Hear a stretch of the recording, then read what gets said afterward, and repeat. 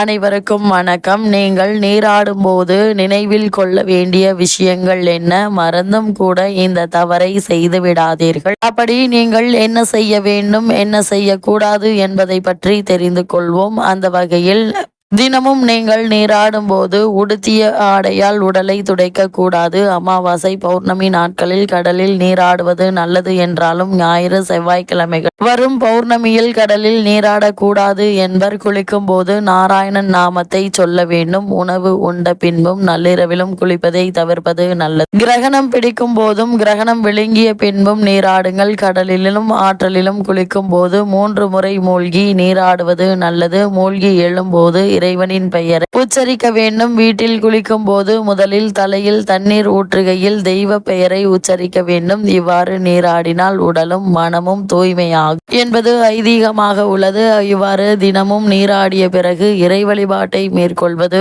அவசியங்க. அப்படி தினமும் இறைவனை நாம் வழிபடுவதன் மூலமாக என்ன மாதிரியான முன்னேற்றம் ஏற்படும் என்று பார்க்கும்போது, கடவுளை நம்பிய யாரும் கைவிடப்படுவதில்லை. நல்லது அல்லாத செயல்கள் நடக்கும் போது தைரியத்தை தந்து தடைகளை அகற்றக்கூடியவர் கடவுள்தான். எனவே எப்பொழுது கடவுளையே நினைத்திருங்கள். கருணை புரிவார். மனமுருகி கடவுளை வழிபட்டால் நமக்கு என்னவெல்லாம் இறைவன் தருவார் என்று பார்க்கும்போது, தினமும் நீராடிய பிறகு இறைவனை நாம் வழிபடுவதன் மூலமாக நம்முடைய மனதில் அமைதி, ஆனந்தம், இனிமை போன்றவை ஏற்படும். ஈகை புரிவார். உண்மை தெரிவிப்பார். ஊக்கம் கொடுப்பார். எளிமையை அருள்வார். ஏக்கம் தவிர்ப்பார். ஐயம் தீர்ப்பார். ஒளிமயமான வாழ்வு தருவார். அதே ஓங்காரத்தில் நிற்பார். ஔடதம் நல்குவார். அனைத்திலும் வெற்றியை வழங்குவார். இவ்வாறு நாம் தினமும் செய்வதன் மூலமாக என்ன மாதிரியான இன்னல்கள் வந்தாலும் அவை அனைத்துமே நீங்கி சகல சௌபாகியங்களும் நம் வாழ்வில் ஏற்படும் என்பது ஐதீகமாக உள்ளது.